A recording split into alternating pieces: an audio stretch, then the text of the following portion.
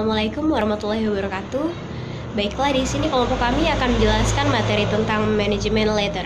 Sebelumnya, perkenalkan saya Lisa Damayanti selaku moderator dan teman-teman saya yang beranggotakan Raini Anggraini, Niken Adelia, Vihani Supratini, Ariana Delvira, Aryo Adiputra, dan Eka Damayanti. Baiklah, langsung saja kami akan menjelaskan materinya. Pertama, saya akan menjelaskan pengertian dari manajemen letter.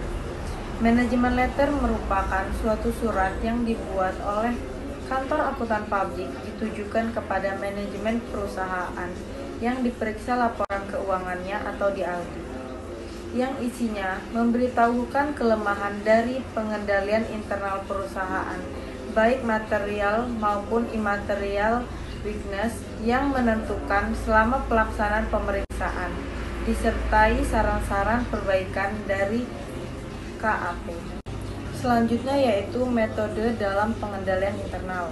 Terdapat 3 metode. Yang pertama, internal control questionnaires. Yang kedua, flowchart, yang menggambarkan arus dokumen dalam memproses suatu transaksi dari awal sertai akhir dengan menggunakan simbol tertentu. Yang ketiga, menggunakan narrative memo. Selanjutnya, bagaimana cara membuat manajemen letter yang baik? Yang pertama, manajemen harus tepat waktu. Yang kedua, manajemen letter harus berisi saran yang bermanfaat dan bisa diterapkan. Yang ketiga, komentar dan saran tidak boleh merupakan suatu yang surprise. Yang keempat, manajemen letter harus ditulis dengan bahasa yang baku dan baik. Yang kelima, kelemahan dan saran yang diberikan bisa diurutkan berdasarkan laporan keuangan. Materi selanjutnya akan disampaikan oleh Aryo Adi. Baiklah, selanjutnya saya akan melanjutkan slide sebelumnya mengenai bagaimana membuat manajemen letter yang baik. Yang keenam, saran yang diberikan harus sesuai dengan kondisi perusahaan. Yang ketujuh, pada bagian akhir harus terdapat ucapan terima kasih kepada segenap staf dan manajemen perusahaan atas kepercayaan mereka terhadap KAP selama memeriksa laporan keuangan. Slide selanjutnya yaitu manfaat manajemen letter. Manfaat yang pertama, dapat mengetahui kelemahan-kelemahan yang terdapat dalam pengendalian internal perusahaan. Yang kedua, dapat mengambil tindakan perbaikan untuk mengatasi kelemahan-kelemahan tersebut. Yang ketiga, menjadikan nilai tambah atau nama baik perusahaan karena di samping memeriksa laporan keuangan juga memberikan saran melalui manajemen letter yang sangat berguna bagi perusahaan. Yang keempat, jika manajemen perusahaan puas terhadap laporan audit, maka perusahaan lain akan segan menggunakan jasa KAP tersebut untuk staf kantor audit mereka. Dan yang terakhir, banyak pengalaman yang didapat dalam pemeriksaan audit sebuah perusahaan melalui pengendalian internal. Slide selanjutnya yaitu tugas dan tanggung jawab anggota tim audit dalam membuat manajemen letter. Yang pertama ada asisten audit atau junior staff. Tugasnya yaitu sebagai petugas lapangan yang mengumpulkan data dan informasi yang terkait dalam pengendalian perusahaan. Ya, tugas selanjutnya yaitu mendokumentasikan data dan informasi beserta salinan kopi, bukti pendukung dalam kertas kerja pemeriksaan. Assalamualaikum warahmatullahi wabarakatuh. Di sini saya Berlianti Mida akan melanjutkan materi selanjutnya yaitu senior auditor atau pimpinan tim pemeriksa. Yang pertama, menelaah kertas kerja pemeriksaan yang dibuat oleh asisten auditor. Yang kedua, mengumpulkan data yang bisa dimasukkan dalam manajemen letter. Yang ketiga, mendiskusikan konsep manajemen letter tersebut dengan bagian pajak dan bagian manajemen service dari KAP. Yang keempat, menyerahkan konsep manajemen letter kepada audit supervisor atau manajer untuk ditelaah. Yang terakhir, setelah ditelaah, melakukan perbaikan yang diperlukan. Kemudian ada audit supervisor atau manajer. Yang pertama, bagian petugas lapangan yang mengumpulkan data dan informasi yang terdapat dalam pengendalian perusahaan. Yang kedua, mendokumentasikan data dan informasi beserta salinan kopi bukti pendukung dalam kertas kerja pemeriksaan. Kemudian ada client representation letter atau surat pernyataan langganan. Yang pertama, pada akhir general audit atau financial audit pemeriksaan umum, auditor mengeluarkan laporan akuntan publik yang terdiri dari yang pertama pendapat audit kewajiban laporan keuangan klien. Yang kedua, laporan keuangan yang telah diaudit atau tanggung jawab manajemen. Yang kedua, sebuah laporan audit diserahkan kepada klien auditor meminta surat pernyataan langganan dari klien. Klien harus memberikan atau ditandatanganin pejabat berwenang atau direktur keuangan dan akuntansi atau direktur utama di atas kop surat klien, walaupun konsep surat tersebut disiapkan oleh KAP. Yang terakhir, tanggal surat pernyataan langganan. Yang pertama itu sama dengan tanggal selesainya pemeriksaan lapangan atau audit flight work dan tanggal laporan akuntan publik. Dan yang kedua, menunjukkan sampai batas waktu mana auditor harus menjelaskan hal atau kejadian penting sesudah tanggal neraca. Yang akan saya bahas yaitu tentang pengertian client representation letter. Nah, representation letter adalah surat yang dibuat klien yang ditunjukkan kepada KAP yang berisi pernyataan dari manajemen perusahaan mengenai yang pertama, mengenai tanggung jawab manajemen terhadap kewajaran penyajian laporan keuangan. Yang kedua, tentang kelengkapan data, catatan akuntansi, notulen rapat, dan pemegang saham serta informasi yang diperlukan dalam pelaksanaan audit. Yang ketiga, berisi tentang penjelasan pos laporan keuangan. Misalnya, piutang yang disajikan di neraca semuanya bisa tertagih dan dibuat penyisihan yang cukup. Nah, yang selanjutnya ada tidaknya aktiva perusahaan yang dijadikan jaminan atas kredit dari bank. Yang kelima ada tindakan kewajiban bersyarat per tanggal neraca. Yang keenam ada tindakan transaksi hubungan istimewa dengan perusahaan induk, perusahaan anak, atau perusahaan afiliasi. Yang terakhir ada tidaknya kejadian penting sesudah tanggal neraca yang mempunyai pengaruh penting atau material terhadap kewajaran laporan keuangan. Nah, di sini ada kegunaan client representation letter sebagai bukti pengendalian terkait dengan kesalahan pencatatan yang dilakukan klien atau klien tidak mencatat transaksi secara keseluruhan atau bukti yang disembunyikan, sehingga pihak tertentu menggunakan laporan keuangan klien dan dirugikan dan mengajukan tuntutan kepada pengadilan. Di sini saya Pihani ingin menjelaskan tentang isi client representation letter. PSA nomor 17, surat pernyataan langganan atau representasi tertulis mengenai 1. Tanggung jawab manajemen, posisi keuangan, hasil usaha, perubahan ekuitas, dan arus kas. Yang kedua, tersedianya catatan keuangan. Yang ketiga, kelengkapan notulen RPS, direksi, dan dewan komisaris.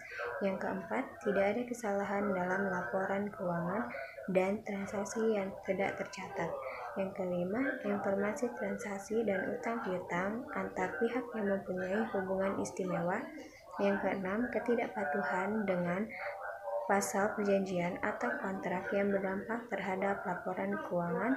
Yang ketujuh, informasi mengenai peristiwa. Kemudian yang ke-8, ketidakberesan manajemen dan karyawan. Yang 9, komunikasi instansi pemerintah mengenai ketidakpatuhan, kelemahan praktek laporan keuangan. Yang 10, rencana atau maksud yang mempengaruhi nilai atau klasifikasi aktiva atau kewajiban. Yang ke-11, pengungkapan saldo, kompensasi, atau perjanjian yang menyangkut pembatasan terhadap saldo kas dan pengungkapan line of credit atau perjanjian yang serupa. Yang 12, pengurangan kelebihan atau keusangan persediaan menjadi nilai yang dapat direalisasikan. Yang 13, rugi dari komitmen penjualan. Yang 14, hak atas aktiva, hak gadai atas aktiva, dan aktiva yang dijaminkan. 15, perjanjian membeli kembali aktiva yang sebelumnya dijual. 16. Rugi komitmen pembelian untuk jumlah persediaan yang melebihi kebutuhan atau pada harga di atas harga pasar. 17. Pelanggaran atau kemungkinan pelanggaran hukum atau peraturan, dampaknya harus diungkapkan dalam laporan keuangan atau sebagai dasar mencatat rugi bersyarat. 18. Pengungkapan kewajiban lain dan laba atau rugi bersyarat. 19. Tuntutan yang tidak diungkapkan. 20. Hak atau perjanjian pembelian kembali saham perusahaan atau modal saham yang disisihkan untuk hak pembelian saham, warrant, konversi, atau persyaratan lainnya. Manajemen audit adalah suatu pengevaluasian terhadap efisiensi dan efektivitas operasi perusahaan. Teknik yang meliputi berbagai bidang yang luas tentang prosedur-prosedur, metode penilaian, kelayakan, dan pendekatan-pendekatan. Pemeriksaan manajemen dirancang untuk menganalisis, menilai, meninjau ulang, dan menimbang hasil kerja perusahaan sesuai dengan standar dan pedoman yang telah ditentukan oleh perusahaan. Karakteristik audit manajemen yang pertama adalah tujuan pemeriksaan. Tujuan pemeriksaan manajemen adalah untuk membantu semua peringkat manajemen dalam meningkatkan perencanaan dan pengendalian manajemen dengan cara mengidentifikasi aspek-aspek sistem dan prosedur serta rekomendasi kepada manajemen untuk meningkatkan efisiensi, efektivitas, dan ekonomisasi. Yang selanjutnya, independensi. Agar manfaat pemeriksaan manajemen dapat dicapai, maka pemeriksaan tersebut harus bersifat independen. Pendekatan sistematis. Dalam perencanaan dan pelaksanaan audit manajemen, perlu digunakan pendekatan yang sistematis dan metode-metode yang konsisten. Kriteria prestasi. Dengan kriteria prestasi, pelaksana dapat dibandingkan dan dievaluasi. Di sini saya akan menjelaskan tentang tujuan audit manajemen. Audit manajemen bertujuan untuk mengidentifikasi kegiatan, program, dan aktivitas yang masih memerlukan perbaikan, sehingga dengan rekomendasi yang diberikan nantinya dapat dicapai perbaikan atas pengelolaan berbagai program dan aktivitas pada perusahaan tersebut. Tujuan manajemen audit adalah sebagai berikut. Yang pertama, untuk menilai kinerja atau performance dari manajemen dan berbagai fungsi dalam perusahaan. Yang kedua, untuk menilai apakah berbagai sumber daya, manusia, mesin, dan harta lainnya yang dimiliki perusahaan telah digunakan secara efisien dan ekonomis. Yang ketiga, untuk menilai efektivitas perusahaan dalam mencapai tujuan objektif yang telah ditetapkan oleh top manajemen. Selanjutnya, untuk dapat memberikan rekomendasi kepada top manajemen dalam memperbaiki kelemahan-kelemahan yang terdapat dalam penerapan struktur pengendalian intern, sistem pengendalian manajemen, dan prosedur operasional perusahaan, dalam rangka meningkatkan efisiensi, keekonomisan, dan efektivitas dari kegiatan operasi perusahaan. Yang selanjutnya, memungkinkan manajemen mengidentifikasi kegiatan operasional dalam perusahaan yang tidak memberikan kontribusi dalam perolehan keuntungan. Selanjutnya, membantu manajemen dalam peningkatan produktivitas kerja dari berbagai komponen organisasi, memungkinkan manajemen mengidentifikasi hambatan dan kendala yang dihadapi dalam mengkoordinasikan berbagai kegiatan dan mengambil langkah strategis untuk mengatasi dan menghilangkannya. Selanjutnya, memantapkan penerapan pendekatan kesisteman dalam menjalankan roda organisasi.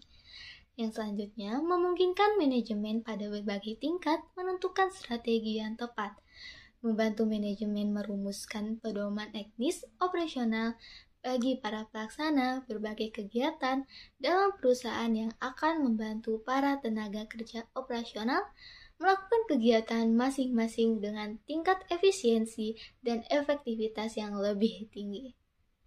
Yang selanjutnya, mengidentifikasi dengan tepat berbagai masalah dan tantangan yang dihadapi dalam manajemen sumber daya manusia. Oke, saya akan menjelaskan tentang jenis-jenis manajemen audit. Yaitu ada 3. Yang pertama, fungsional audit. Berkaitan dengan satu atau lebih fungsi di dalam organisasi. Keuntungan dari fungsional audit adalah diperbolehkannya adanya spesialisasi oleh auditor. Auditor dalam staf internal audit bisa sangat ahli dalam sebuah bidang, misalnya fungsi production engineering. mereka bisa saja secara efisien menghabiskan waktu mereka untuk mengevaluasi fungsi-fungsi yang berkaitan. Yang kedua ada organisasional. Nah, audit ini dalam sebuah organisasi berkaitan dengan seluruh unit organisasi seperti departemen, cabang, atau anak perusahaan. Pendekatan dalam organisasional audit adalah seberapa efektif dan efisien fungsi-fungsi tersebut berinteraksi. Perencanaan organisasi dan metode-metode untuk mengkoordinasi aktivitas-aktivitas yang ada sangat penting dalam audit ini. Yang ketiga, ada special assignment. Dalam operational auditing, special assignment biasa muncul karena permintaan manajemen. Jenis audit tipe ini cukup luas. Salah satu contohnya, menentukan penyebab tidak efektif sistem IT investigasi terhadap kemungkinan adanya fraud dalam sebuah divisi dan pemberian rekomendasi untuk menurunkan harga pokok produksi. Selanjutnya saya akan menjelaskan tentang klasifikasi manajemen audit. Yang pertama ada internal audit. Manajemen audit ini dapat dilakukan oleh perusahaan atau departemen yang bersangkutan dengan sistem, prosedur-prosedur atau fasilitas-fasilitas. Audit yang mengerjakan dapat dari perusahaan mereka sendiri, internal audit atau dengan menggaji auditor dari luar perusahaan, external auditor. Internal audit merupakan teknik di mana manajemen dapat merasakan masalah mereka sendiri dan menilai kinerja organisasi, kebutuhan, titik kekuatan dan kelemahannya.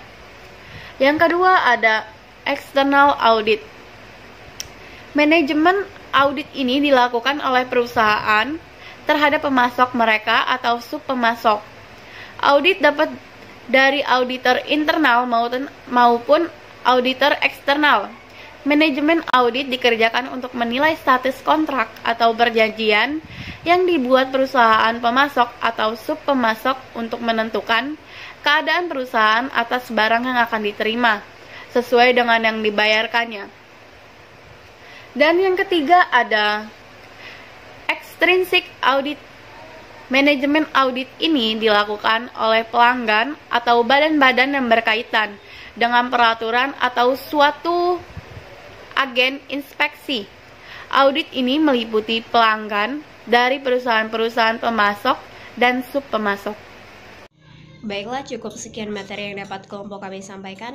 Jika ada kekurangan dalam penyampaian, kami mohon maaf. Atas perhatian yang kami ucapkan, terima kasih. Wassalamualaikum warahmatullahi wabarakatuh.